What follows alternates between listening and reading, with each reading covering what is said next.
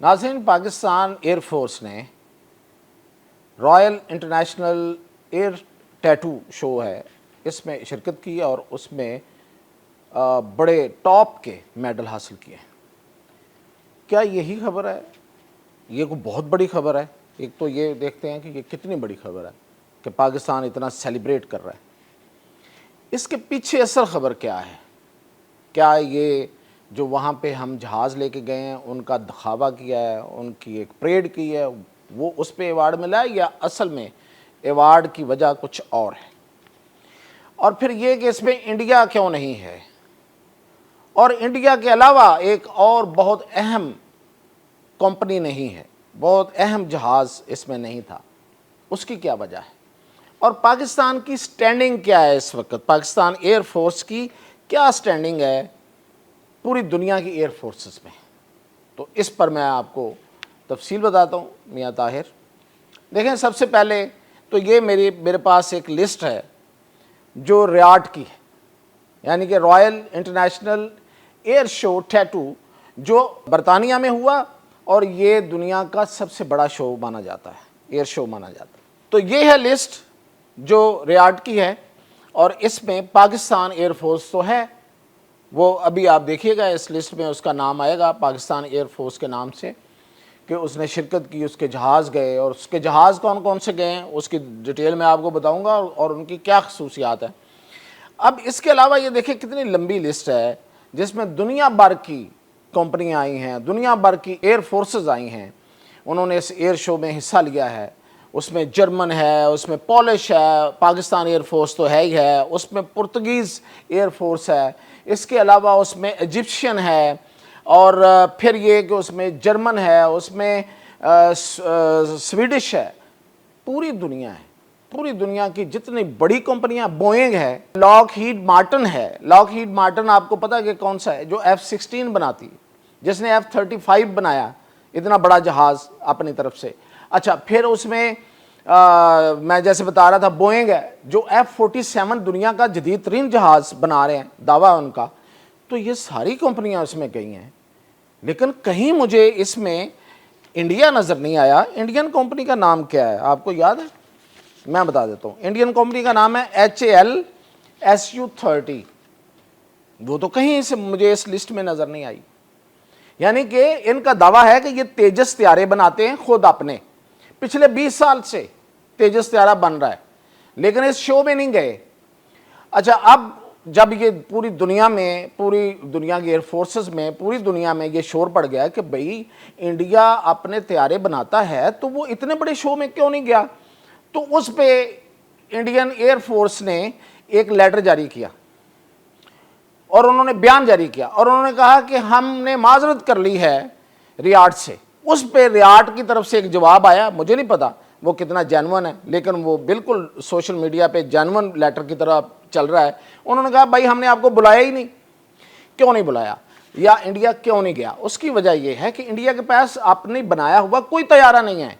अगर वो तैयारा है तो वो अभी तक अपनी आजमाइशी परवाजें पूरी नहीं कर सका, दुनिया में रजिस्टर्ड नहीं हो सका।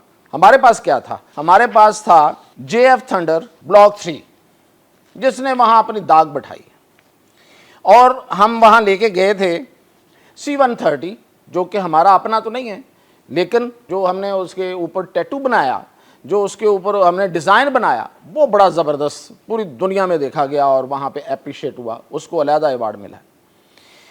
और फिर IL-78, ये रीफ्यूलिंग में इस्तेमाल होता है। ये आप मेरे अकब में देख रहे हैं, ये है JF-17 थंडर। इसकी ग्रेस देखें, और ये जो बंदा है ये इसकी तारीफ़ कर रहा है, ये एविएटर है, ये पायलट है।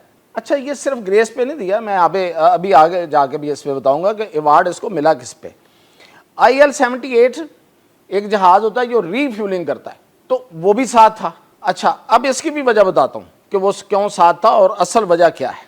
इसके अलावा जो जहाज़ हमने, मतलब उसमें डिज़ाइन में और उस मामलात में नहीं आया, जो असल में वहाँ पे जो रुस्तम है, छुपा हुआ रुस्तम है, वो है PFX। वो पाकिस्तान का जदीद तरीन जहाज़ है। मैं पहले भी बता चुका हूँ, ये 4 to 5 जनरेशन जहाज़।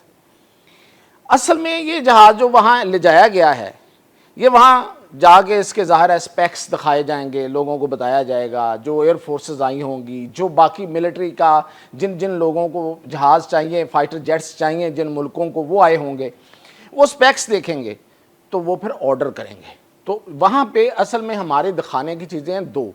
एक तो है JF-17 थंडर जिसने जंग लड़ी है, जो कामयाब वहाँ पे गया है, इंडिया के साथ जंग लड़ के गया है, वो इंडिया के जंग का गाजी है और वहाँ गया है, तो उसकी तो अपनी एक टॉर है।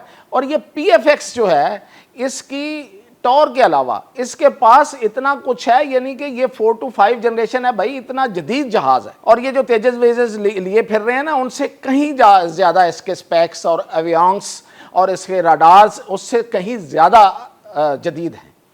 तो इसको जब ऑर्डर्स मिलेंगे तो वो होगा असल अवार्ड इसको, और JF थंडर 17 को जो मिलेंगे ऑर्डर, वो बड़ा अवार्ड होगा। वैसे तो JF-17 थंडर को बहुत से ऑर्डर्स मिल चुके हैं, मैं बता भी चुका हूँ। इंडोनेशिया से मिल गया है, अजरबैजान से मिल गया है, साउथ अफ्रीका से मिल गया है, इसके अलावा भी और भी मुल्क हैं, और वो ज़ाहिर है कि मैं पहले उनको बता नहीं सकता, ये डिफेंस रिलेटेड चीज़ें हैं।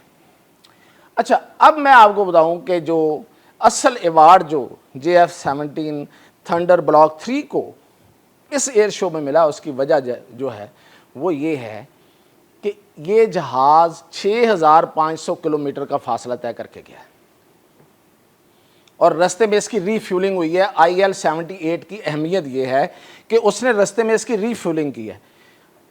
अगर पाकिस्तान का जहाज़ बरतानिया चला गया है वन गो में, कहीं उसको उतर के किसी की मिन्नत तरला करके किसी एयर बेस पे उतरना नहीं पड़ा, तो इसका मतलब क्या है कि हम 6500 किलोमीटर के वाया में कहीं भी जा सकते हैं, पूरी दुनिया में इस डायामीटर में हम जा सकते हैं। फाइटर जेट है, कहीं जाएगा क्या? हर दफ़ा एयर शो में जाएगा? मतलब कहीं जंग लड़ने भी जा सकते हैं।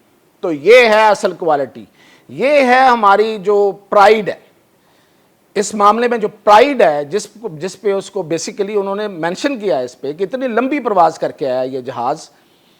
और जाहिर है कि प्रवास करने का मतलब ये फाइटर जेट है, वो वहाँ जाएगा तो वहाँ भी कार्रवाई, अगर उसको लड़ना पड़ा तो लड़ेगा। तो ये पाकिस्तान एयरफोर्स की असल प्राइड ये है कि कहाँ तक मार कर सकती है। आप समझे होंगे, आप कहाँ तक मार कर सकती है, यानी कि ये 6500 किलोमीटर दूर तक मार कर सकती है। ये हमारी रेंज है, इस रेंज पे हमें फ़ख्र है। और ये रेंज जो है ये सब के लिए, उनके आंखें खोलने के लिए, जो ख़ास तौर पे दुश्मनों के लिए बहुत काफ़ी है।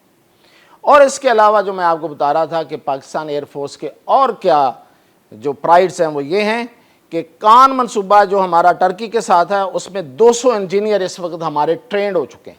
ये जो लोग कहते हैं ना कि चाइना की मदद, हमारा अपनी सारी इंजीनियरिंग है, हमारी अपनी सारी प्रोडक्शन है। चाइना की मदद ज़रूर है, लेकिन यहाँ पे प्रोडक्शन हो रही है, यहाँ पे इंजीनियर्स बैठे हैं, और चाइना के साथ जो हमारे इंजीनियर्स इस वक्त ट्रेंड हो चुके हैं वो हज़ारों की तादाद में। तो ये है असल हमारा प्राइड, और इस प्राइड को दुनिया मानती है। पाकिस्तान एयरफोर्स अब दुनिया की बड़ी उन एयर फोर्सेस में भी शुमार होता है, ना सिर्फ ये कि जो कामयाब जंगें लड़ सकती है, बल्कि जो अपनी प्रोडक्शन खुद कर सकती है, जो अपने जहाज़ खुद बना सकती है। तो ये थी असल में इस सारे एयर शो की और इसको मिलने वाले अवार्ड्स के पीछे की कहानी। बाकी सारी खबरें तो आप देख रहे हैं, ये थी 2-3 चीज़ें। और बाकी ये कि एक रह गया कि एक तो इंडिया नहीं उसमें गया, और इंडिया इतना मनहूस है कि उसकी वजह से इतनी बड़ी कंपनी राफेल इस एयर शो में नहीं जा सकी। वो कंपनी डसॉल्ट जो है, राफेल बनाने वाली डसॉल्ट गई ज़रूर है, लेकिन वो वहाँ पे अपने वो जो ट्रांसपोर्ट तैयारे हैं वो लेके गए हैं, राफेल को लेके नहीं गए। राफेल की इतनी मिट्टी पलीद करवा दी है इन इंडियंस ने, इन नालायकों ने। तो ये अपडेट थी, मज़ीद अपडेट के साथ इंशाल्लाह।